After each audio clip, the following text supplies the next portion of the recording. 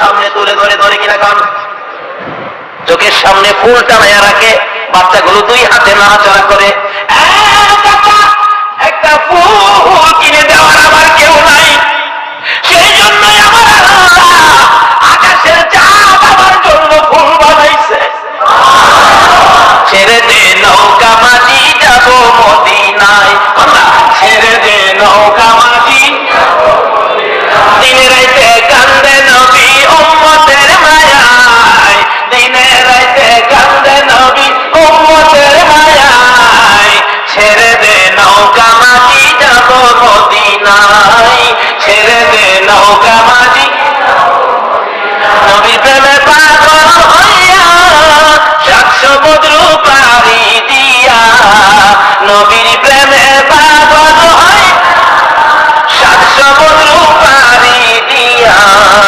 নবীর রোজা জিয়ারতে হব রওয়ানায়, নবীর রোজা জিয়ারতে হব রওয়ানায়। ছেড়ে দে নৌকা মাঝি যাব মদিনায়, ছেড়ে দে নৌকা মাঝি। দিনে রাইতে কান্দে নবী উম্মতের মায়ায়, দিনে রাইতে কান্দে নবী উম্মতের মায়ায়।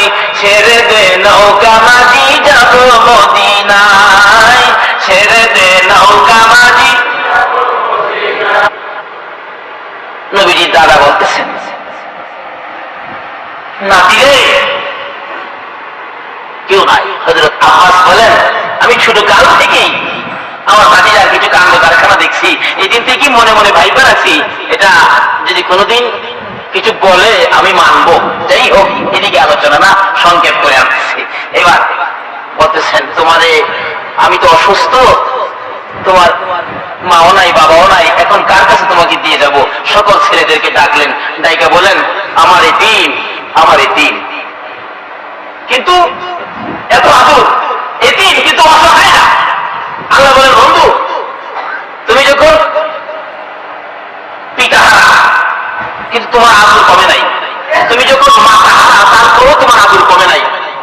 নবীজি দাদার কাছে থাকতেন, কিন্তু দাদা সকল ছেলেদেরকে দিয়ে কাজ করাইতেন, কিন্তু আমার নবীরে কোনদিন একটা কাজ করার জন্য দেয় না। ওই তোরা মহিলা দেখছি আমার আপত্তি নাই, আমার নাতিরে কাজও নিতে পারবি না।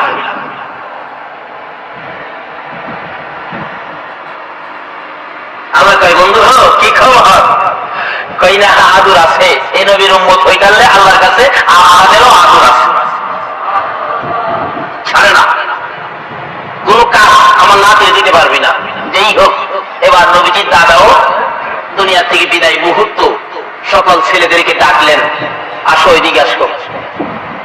আবার কেন রাখছেন? চোখের পানি ছাড়তেছে, পোড়া মানুষ। আমার এই নাতিরে তোরা কে নিবে? আমি তো দুনিয়ায় থাকবো না, চলে যাবো, তোরা কে নিবে? আমি হামদা গিয়া কয়, আব্বা আমার দেন, আমি নিব। কতক্ষণ চায় থেকে কয়, না রে, তুই আমার এই নাতির আদর করার মতো মন মানসিকতা তোর নাই। বাবা কর কি? পারতি না।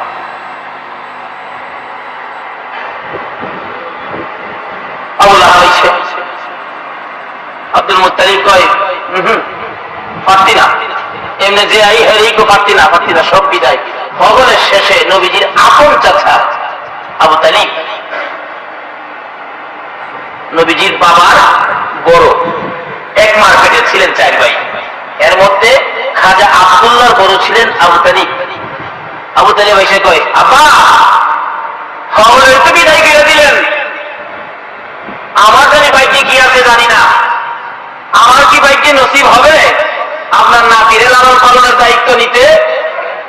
আব্দুল মুত্তালিব 2টা চোখের পানি জল করে ছেড়ে দিয়ে বলেন, বাবা আবু তালিব রে, অপেক্ষায় ছিলাম কোন সময় তুই হাত বাড়াবি, আমার আদরের নাতি তোর হাতে উঠাইয়া দিব।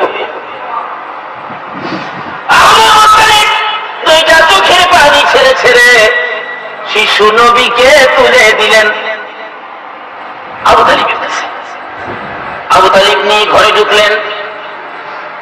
অভাবী সংসার চলতেছে, বেশ কিছুদিন, কিন্তু অভাবে যখন চাপ মারছে, অনেক সময় অনেকটা মাস অভাব বেশি হয়। যেমন আমার দেশে কথা আছে চৈত্র মাসে বলে অভাব, আসলে অভাব চৈত্র মাসে না, অভাবটা বেশি হয় বৈশাখ মাসে। কি চৈত্র মাসে কিন্তু জ্বর তুফান থাকে না, বৈশাখ মাসে এমনিই তো দাওয়া কাটি ঠিক মতো উঠে নাই, আবার দেখবেন তুফানে ঘর হয়ে গেছে, গাছ ফালাই দিছে, পা হয়ে গেছে, মানুষ মারা গেছে তুফানে, শোনেন নাই?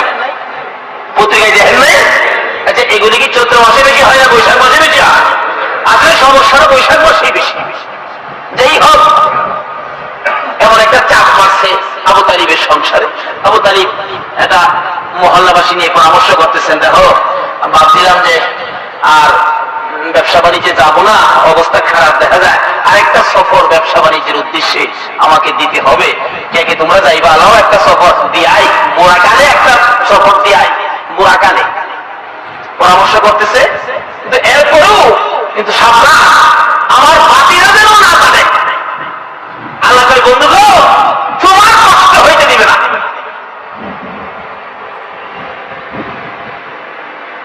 বাতিরা যেন না জানে। বাতিরা যদি জানে যে বুড়া বয়সে চাচা অভাবে সংসার দিকে করতে বেরিয়েছে, আমার বাতিরা কষ্ট পাবে, বাতিরা যাতে না জানে। সাবধান। চুপচাপ কাফেলা তৈয়ার হয়ে গেছে। বলুন তো, নবীজি কি জানতে বাহি আছে? আর যদি কোন বাহি আছে? আপনারা তো শহরে থাকেন, মিয়া গ্রাম এলাকাতে দেখবেন পোলাপান বাবার পাগল থাকে, চাচার পাগল থাকে। অনেক সময় দেখেন বাবা ঢাকা আইব তো গ্রাম থেকে, খালি কইতেছে আব্বা আমি যাবো ঢাকা, আমি যাবো ঢাকা। অনেক কিছু বুঝাইলেন মানে না, 10টা টাকা দিলেন মানে না, 20টা টাকা দিলেন মানে না, যাবো অবশ্য 50 টাকা দিয়া কয় বাবা তোমার যাওয়ার কেন নাই, আবার যাই বলা তোমার নিবো। ছেলেটা চুপ করে ঘরে গেছে গা, ঘরে গেছে করে বাবা তো মনে করছে হ্যাঁ বুঝাই লাইছে, দেয় খালি রিক্সা ধরছে, বাস স্ট্যান্ডে যাবো, ট্রেনের স্টেশনে যাবো, রিক্সার মাঝে উঠতে খালি রিক্সা টান দিছে, হ্যাঁ জামাটা কান্দে ফালাইয়া গিয়া রিক্সার বড়ি তৈরি বেরিয়েছে। এরকম পাগল আছে না পোলাপানের মধ্যে? তাকেই করুন না, অফিসে যাইব পোলাটা সবসময় বাবার পাগল, মার কাছে যায় না, এরকম পোলা আছে না? মা কই কিরে পেটে রাখলাম আমি, না তোর বাবার পেটে হইছস? পোলা দেখেন কয় হা বাবার পেটে হয়েছি। অফিসে যাওয়ার সময় পোলারে বুঝাইতে পারেই না, অনেক কিছু দিয়া বুঝাই ছুঁইছে। পোলা কয় এমনি বুঝাইছো? আমি হ্যাঁ ঠিক আছি। রিক্সা ধরছে বাবা, অফিসে যাইব, যেখানে রিক্সা টান দিছে পিছে তো বেরো বেরিয়েছে, যাইতে যাইতে যাইতে যাইতে যাইতে যাইতে কিছু তো যাই রিক্সাওয়ালার সাথে ওই মহাজন কথা কয়, লোকটা কথা কয়, এবারটা তোর ছেলে মেয়ে আছে নাকি? রিক্সাওয়ালা কয়েছে আচ্ছা আমার তো 3 ছেলে। কত ছেলেগুলি কেমন? কথা কি কমো, 2টা যেমন তেমন, মাইল লড়াদা করে বেশি পাগল, এই বাড়িতে বাইরে আইতে বড় যন্ত্রণা করে। আর তোরটা বন্ধ কর, আমার যে একটা পিচ্ছি এটা তো থুইয়া অফিসে যেতে নিয়ে বাজার যেতে পারি না, কোথাও যেতে পারি না। আজকে কোন রকম 50টা টাকা দিয়া কোন রকম ঘরে থুইয়া বাই দিচ্ছি, এই ফাঁকে তা পোলা তুই যেতে বাইরে কয় আপু, আরে কি করে আমি আয় করছি তো আপনারা পোলা ফানে এরকম। আমার নবীর বয়স যখন 13, বলুন কত? 13 বয়সের তরুণেরা, ও 13 বয়সের বালকেরা আমার নবীর জীবনে তালাশ করবো, নবীর একটা আদর্শের মালা যদি গলায় লাগাইতে পারো তুমি দুজাহানের ধনী হইয়া যাইবা। ওই নবী এই চাঁদের দুনিয়ার জমিনে আগমন করেছে, দেখেন না এসমুদের প্রাণের নবী রবি ওলাওয়ালে, বলুন এসমুদের প্রাণের নবী। বিশ্বভুবন হইল সৃজন তোমারই প্রেমের বলে, বিশ্বভুবন হইল সৃজন তোমারই প্রেমের বলে, এসমুদের প্রাণের নবী রবি ওলাওয়ালে, বলুন এসমুদের প্রাণের নবী। শোনরে বাঙালিরা পাইছ মনি মুক্তাহিরা, শোনরে বাঙালিরা পাইছ মনি মুক্তাহিরা, সোনার বাংলায় সোনা পাবে নবীজির পাগল হলে, সোনার বাংলায় সোনা পাবে নবীজির পাগল হলে, এসমুদের প্রাণের নবী রবি ওলাওয়ালে, এই এসমুদের প্রাণের নবী। কি যে রবি ওলাওয়ালটা খবর নাই না, কত দিবস পালন করে দেশের মানুষ। দিবস সে দিবস, খালি খাওয়া আডার দিবসও আছে, আছে তো। কিন্তু যেই যাবে নবী দুনিয়াতে আসছে, যেই নবী না আসছে পৃথিবীর কিছু আরশ কুরসি লৌহ কলম সহ কোন মাখলুকাত হতো না। আজকে সেই নবী দুনিয়াতে আসছে, এই উপলক্ষে কি করেছেন? কোন দিবস নাই, আর দিবসের পাগলও নাই। যদিও কিছু হয়, কেউ করে আবার কেউ টিটকারি করে। অথচ এই দিবস কি বলেন খিলাফ, নবী দুনিয়াতে আসছে খবর পায়া আবুল আহাব বাম দিকে কই চাচা একটা পূর্ণিমার চাঁদ দুনিয়াতে আসছে। কও কি কোথায়? তো আপনার ভাই যে আব্দুল্লাহ ছিল, আব্দুল্লাহ ছেলে হয়েছে এতিম ছোট্ট, কি সুন্দর পূর্ণিমার চাঁদ, তাই নাকি? আমার ভাই নাই ভাতিজা হয়েছে, খুশির খবরটা দিলি সবার দিন সকালবেলা। ভোরবেলা খবরটা পাইলাম, এই আঙ্গুলটা উঠাইছিল আবুল আহাব, উঠাইয়া বলছিল যাও তোমাকে বহু টাকা দিয়ে খরিদ করে আনছিলাম, কিনা গোলাম তুমি, আজকাল থেকে দাবি নাই, আমার ভাতিজার খবরের খুশিতে তোমাকে মুক্ত করে দিলাম, যাও। আবুল আহাব আমি জানতে স্বপ্ন নিলাম, এই বন্ধু ভালোবাসায় আঙ্গুল উঠাইলি, এই আঙ্গুলটাই তো আমার কাছে দাবি হয়ে গেছে। আমি বলবো আজকে যারা নবীর ভালোবাসায় এখানে বসে আছেন, আপনারও আল্লাহর কাছে দাবি হয়ে গেছে। কেন? নবীর ভালোবাসায় কিছু করলে আল্লাহ খুশি হয়, রাসূলও খুশি হয়। ইতিহাসের কথা খুলে দেখুন, একজন ইতিহাসবিদ লেখেন এই ভারতবর্ষের মধ্যে একটা বই লেখক বই লিখেছিলেন, যে বইটার নাম ছিল রঙ্গিলা রাসূল। নাউজুবিল্লাহ কোন না, আমার নবীকে কলঙ্ক করে বই লিখেছে এক যুবক, আপনাদের মতো নবীর আশিক ছিলেন। যুবকটা চোখের পানি ছেড়ে দিয়ে বাড়িতে গেছেন, মা একটা খবর শুনলাম। কি খবর? আমার নবীকে কলঙ্ক করে বই লিখেছে, এটা তো সহ্য করতে পারি না। মা বলেন কি করতে চাও বাবা? মা আমি আসতেছি। গোসল করলেন, পায়জামা পাঞ্জাবি পরে পাঞ্জাবির নিচে একটা ছুরি ঢুকাইলেন, যে মার পায়ে সালাম করতেছেন, মা আমার বিদায় দাও, যদি ভাগ্য ভালো হয় দেখা হতে পারে, না হলে দেখা নাও হতে পারে, বিদায় দাও। মার পায়ে সালাম করে বিদায় হলেন, নবীর দুশমন দুনিয়ার থেকে বিদায় করবেন। যে ডাকতেছে রঙ্গিলা রাসূল, লেখকের বাড়ি কোনটা? বললেন তো সামনের বাড়িটা। বাড়িতে আছেন লেখক সাহেব? হ্যাঁ বাড়িতে, এদিকে আসেন। আপনি কি আমার নবীকে কলঙ্ক করে বই লিখেছেন? তুমি কি বলতে চাও? এদিকে আসেন না। চেহারাটা যেন আগুনের মতো লাল হয়ে গেছে। এদিকে আসেন। যে নবীর ওসিলায় কুল কায়নাত, সেই নবীকে কলঙ্ক করে দুনিয়ার আলো বাতাস খাবেন। কাছে আসেন। কি বলতে চাও? মেজাজ গরম ফেরাই কি বলতে চাও?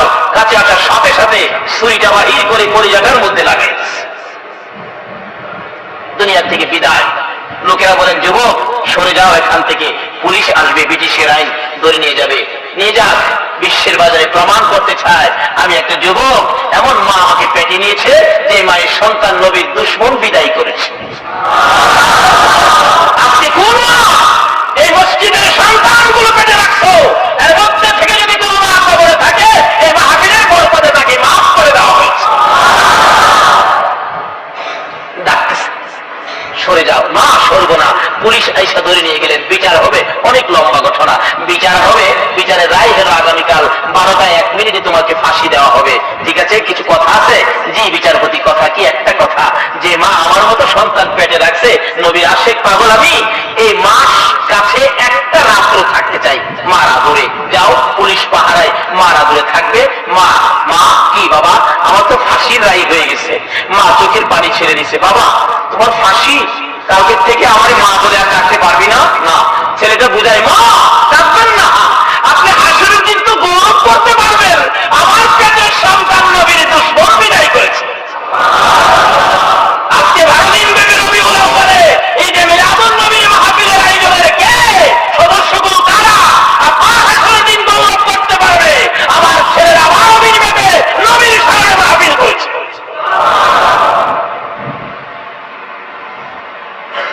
মা থাকবো না? আচ্ছা বাবা আসো, বিছানা করেছি, একটা রাত ঘুমাবি, আর আমি তোমাকে মন ভরে দেখবো। মায়ের পাশে ঘুমিয়ে আছে, ঘুমাবে, বিছানায় ডাক দিবে, ঘুমাবে, আর মা দেখবে। ঘুমাও না বাবা, নাইকা রাত, আসো কাছে আসো, বিছানা করছি সুন্দর করে, তুমি বিছানায় ঘুমাও। ডাকতেছে, ও আব্দুল রশিদ আসো ঘুমাও। দৌড়ে আসছে মা ডাক দিলে। বলুন কার ডাক দিলে দৌড়ে আসতে হবে? আর যদি বল না, মা চিনছেননি?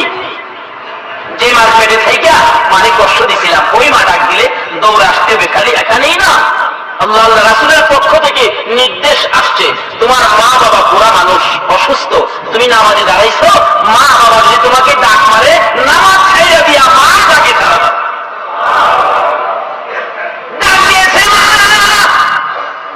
আব্দুর রশিদ রে, বিছানা করেছি, আয় বিছানার মধ্যে শুয়ে শুয়ে ঘুমাও। আমি মা ঘুমাবো না, সারা রাত তোমার মাথার পাশে বসে বসে আমি জীবনের শেষ দেখা তোমারে দেখব। আরো না বাবা, ঘুমাও না। মা ডাক দিয়ে দৌড়াই আসে, আবার দরজার কিনারে চলে যায়, বাবা আসো ঘুমাও, জীবনে আর কোনোদিন দেখা হবে না, মায়ের সামনে আর কোনোদিন ঘুমাইতে পারবো না, আসো কালকে তোমার ফাঁসি হয়ে যাবে। আবার দৌড়ে আসছে মায়ের পাশে, আবার চলে যায় গেছে। মা ডাক দেয়, বাবা আব্দুর রশিদ রে, আমি ডাক দিলে দৌড়ে আসো বিছানার কাছে। আমি মা বলে শোয়ার জন্য, না শুইয়া কেন আবার দরজার কিনারে চলে যাও? আব্দুর রশিদ দুইটা চোখের পানি ছেড়ে ছেড়ে বলেন, মা তুমি ডাক দাও এই বিছানায় শোয়ার জন্য, আমি কেন দৌড়াইয়া দরজার কিনারে চলে যাই? মা গো তাকাইয়া দেখো, দরজার কিনারে দাঁড়াইয়া আমার রাসূল আমারে ডাকতেছে। তুমি ডাকো এই বিছানায় শোয়ার জন্য, আমার রাসূল দরজার কিনারে দাঁড়াইয়া ডাকে, আব্দুর রশিদ রে এই বিছানায় ঘুমাস না, আমার সঙ্গে আয়, কালকে তোর ফাঁসি হবে। আমি রাসূল আইসা গেছি আব্দুর রশিদ, ফাঁসির কাস্টের থেকে তুলে নেওয়ার সাথে সাথে আমি রাসূল কোলে লইয়া ধরে লইয়া যাইব। এই বিছানায় নয় রে আব্দুর রশিদ, আমি রাসূলের পাশে জান্নাতের বিছানায় তুই ঘুমাবি। এই নবীর ভালোবাসায় আজকে মাহফিলের আয়োজন করেছেন, আমার নবী কত খুশি।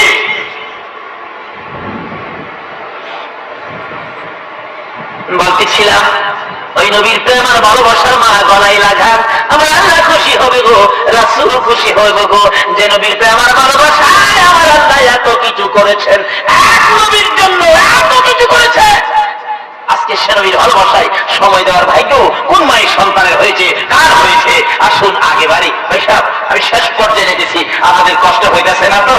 তাহলে মহব্বত একটা দুরূদ শরীফ পড়ুন, আল্লাহুম্মা সাল্লি আলা সাইয়্যিদিনা মুহাম্মাদ, আল্লাহুম্মা সাল্লি সাইয়্যিদিনা মুহাম্মাদ,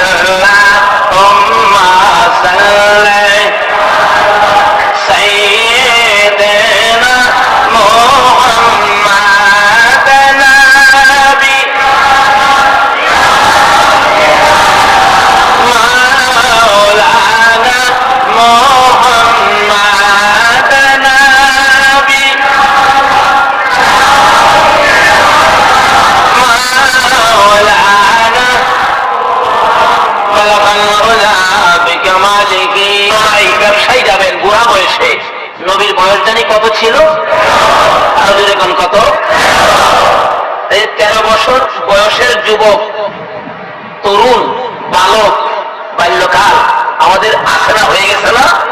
এক সময় ছিল কিনা বলুন তো? এই কালটা নবী আমাদেরকে কি দিয়ে গেলেন, এটা যদি আমাদের মধ্যে থাকে, সমাজে মহল্লায় শান্তি থাকবে না।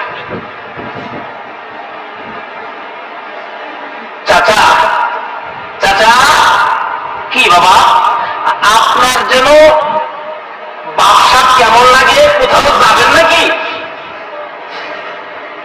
ওই যে বাচ্চা রিক্সার বড়ির দরকার চাই কি গা?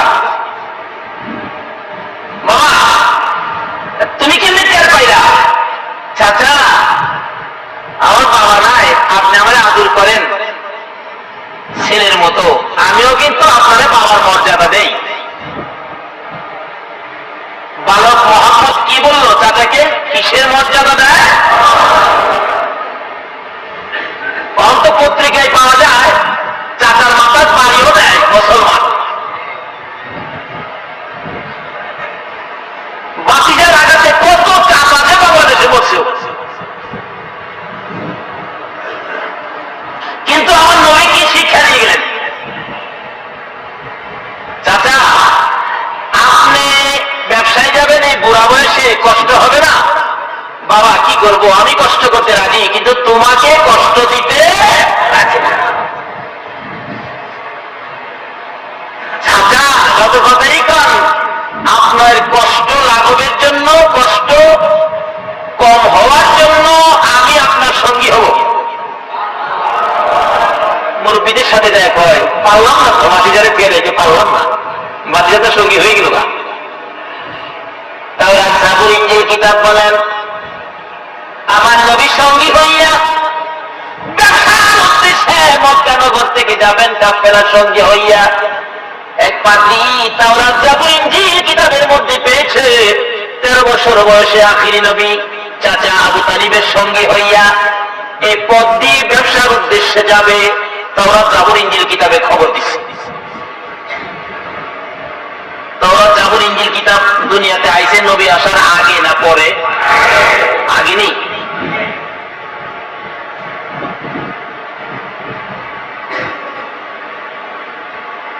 কেউ যদি কয় নবীজি 40 বছর বয়স হয়েছে পরে নবী হয়েছে, এর কথাটা কি সঠিক হবে না ভুল হবে? আল্লাহ তাদেরকে বুঝতে শিখাবে। সবাই বলুন আমি। আখিরি নবী 13 বছর বয়সে, তাওরাত জাবুর ইনজিল কিতাবে লেখা আখিরি নবী 13 বছর বয়সে চাচা আবু তালিবের সঙ্গী হইয়া এই কাফেলার সাথে ব্যবসার উদ্দেশ্যে এই পথে আসবেন।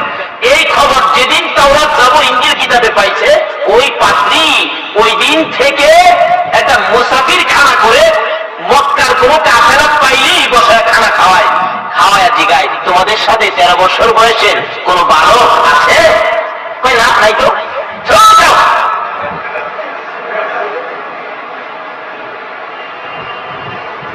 কাফেলা দেখলেই খবর দেয়, নিয়ে আসো মুসাফির খায়, ঢুকাও, ঢুকাইছি খানা খাও, খানা খাওয়াইয়া উনি যায়, পাদ্রী যায়, হুজুর মানুষ তো, বিশ্বাস মানুষ, মুরব্বী মানুষ যায়, যে জিগায়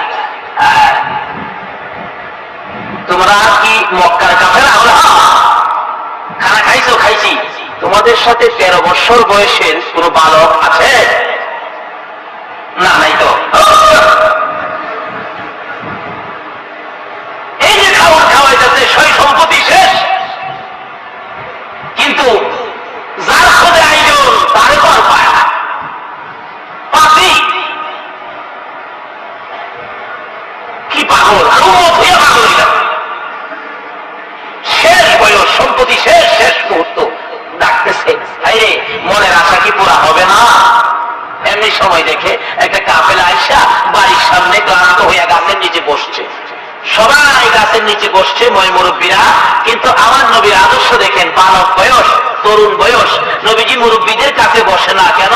না, মুরব্বীদের সাথে আমি কিভাবে বসবো, আমি তো বালক মানুষ। কিতাবে আসছে নবীজি একটু দূরে যায় একটা মরা গাছের নিচে বসছে।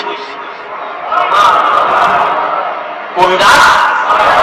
আচ্ছা গাছ যাতাই হোক আর মরা হোক, মরা গাছ হইল এই নবীর চিনে নিও। কথাটা যেমন বোঝাইতে পারলাম না, মরা গাছেও আমরা নবীর চিনে কিনা?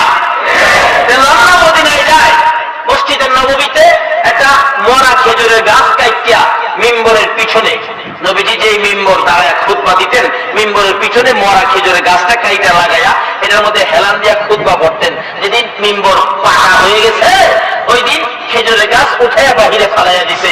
নবীজি খুতবা দিবেন, এমন সময় দেখে কান্নার আওয়াজ শোনা যায়, এতিমের মতো কান্না, কে যেন কান্দে। নবীজি তো মায়ার নবী, কান্না শুনলে নবী বলেন, দেখো তো কান্দে কে? সাহাবীরা বলেন, হুজুর কেউ তো কাঁদে না, এই তালাশ করে দেখো না, আমার কানে কান্নার আওয়াজ আসতেছে। যায় দেখে মরা খেজুরের গাছটাতে এটা কাঁদতেছে। রাসূলের হাতে দিলে আরো কান্না পাচ্ছে। নবী বলেন, কি ব্যাপার, তুমি মৃত কাঁদতেছো? আচ্ছা ব্যাপারটা কি, কি দুঃখে তুমি কান্দো? ইয়া রাসূলুল্লাহ, দুঃখ আমার একটা, মরা গাছ কথা কয়। সুবহানাল্লাহ করতে যা। আরে নবীর প্রেমের পাগল যারা প্রেম খেলা খেলে, আরে নবীর প্রেমের পাগল যারা। এসব মাঝে মাঝে গজল কইলে খারাপ লাগে আপনাদের কাছে? ঢাকা শহরে আমার ক্যাসেট শোনেন নাই? ফাঁকে ফাঁকে আসা নাই গজল? আমি এভাবেই ওয়াজ করি, এই গজল মাঝে মাঝে নিজে বানাই, নিজে গাই, এভাবে। যার ভালো লাগে দাওয়াত দেয়, যার ভালো লাগে না দাওয়াত দেয় না, এতে আমার কোনো আসে যায় না। আমি বুক ফোকট ডাইরিও রাখি না। মন চায় নবীর শান গান গাইতে গায়, যার ভালো লাগবে এতে আমার কোনো আসে যায় না। আমার মদিনার কামলিওয়ালা খুশি হইলে, আমার আল্লাহ খুশি হইলেই যথেষ্ট। আপনারা কি সেই মদিনার কামলিওয়ালাকে খুশি করতে চান? আমার আল্লাহকে খুশি করতে চান? কিভাবে করবেন? মরা খেজুরের গাছ কি করে দেখেন না মিয়া, কাঁদতে কাঁদতে অস্থির। নবীজি হাতে নিয়ে ডাকতেছেন, আরে বাবা তুমি তো মৃত, কাঁদো কিভাবে? হুজুর সহ্য হয় না, আমি আপনার পেটের সাথে লাইগা থাকতাম, কত যে শান্তি, মরা বলে শান্তি পায়। যে মরা খেজুরের গাছ নবীর প্রেমে যদি শান্তি পায়, নবীর উম্মত হইয়া যদি, নবীর ভালোবাসা হইয়া যদি মহিলা কবর যাইতারি, বলুন তো আমরা শান্তি হবে না অশান্তি হবে? কখনো যেদিন কি ভারত সফরে গেছিলাম, বেশ অনেকদিন ছিলাম ভারতে, যাই দেখি ভারতের একটু মজার ঘটনা। ভারতের উত্তর প্রদেশ জায়গাটা মনে রাখবেন, অনেকে আছে এগুলি বিশ্বাস করতে রাজি না।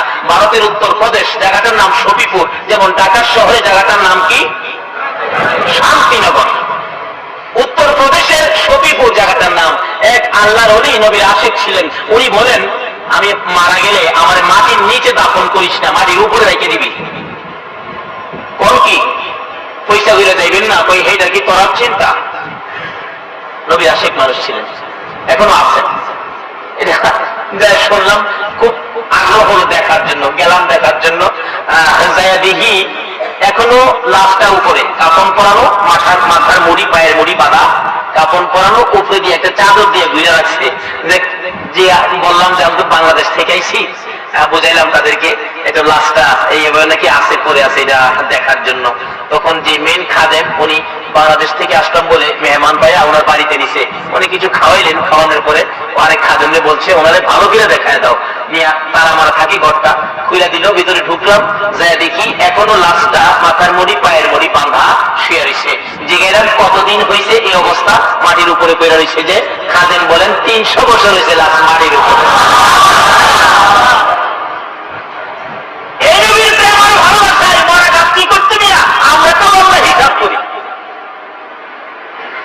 নবীর প্রেমে কিছু করতে রাজি আছে? শুধু এই মিলাদুন নবী নয়, প্রত্যেক বাসায়, প্রত্যেক ঘরে ঘরে রবিউল আউয়াল চাঁদে একটা করে মিলাদ পাবেন। আর কিছুই খরচ করার মতো ক্ষমতা নাই। এক প্যাকেট বিস্কিট নিয়ে মসজিদের ইমাম সাহেব হুজুরকে দিয়ে মিলাদ পড়াবেন, নবীর স্মরণে বাচ্চাদের কানে কানে পৌঁছে দিবেন। এটা ওই চাঁদ যেই চাঁদের নবী আসছেন, যেই নবী না আসছে পৃথিবীর কিছু। হযরত আবু বকর সিদ্দিক বলেন, রবিউল আউয়াল চাঁদে নবীর স্মরণে, নবীর আগমনের তারিখ, নবীর আগমনের মাসে, নবীর মহব্বতে 1 দিরহাম পরিমাণ টাকা খরচ করে যদি কেউ ঈদে মিলাদুন নবী উদযাপন করে, অর্থাৎ নবীর পয়দাইশের আলোচনা খুশির সহিত আলোচনা শুনে করে, তাহলে তাকে না নিয়ে আমি আবু বকর বেহেশতে পাও দিব না। বলবেন হুজুর আবু বকর যে বেহেশতে যাবে এটার আবার নিশ্চয়তা কি? প্রশ্ন আসতে পারে। আবু বকর বেহেশতে যাবে নিশ্চয়তা আছে। আমার নবী একদিন এইভাবে আলোচনা করতেছেন, সাহাবীরা বসে আছে, হাদিস শরীফের ঘটনা। জিবরাইল এসে বলেন, ইয়া রাসূলুল্লাহ, আপনার এই সাহাবীদের মধ্যে একজন সাহাবীকে জান্নাতে নেওয়ার জন্য 8টা জান্নাত আন্দোলন করতেছে, হেলা কই হেলা নিব, হেলা কই হেলা নিব। এটা জগা হইতেছে হুজুর, আপনার উম্মতের নিবার লেগে, একজনের লেগে 8টা পাগলের রইছে। রাসূল কই কও কি, অন্য নবী রাসূলের উম্মতেরা বেহেশতে লেগে পাগল, আর আমার কয়জন কয়জন? নবীজি মুস্কি হাসে, যাবেন রে, আমি নবী না হইলে কিছু হইতো না, আমি সেই নবী, চিন্তা করিস না। আজাই হুজুর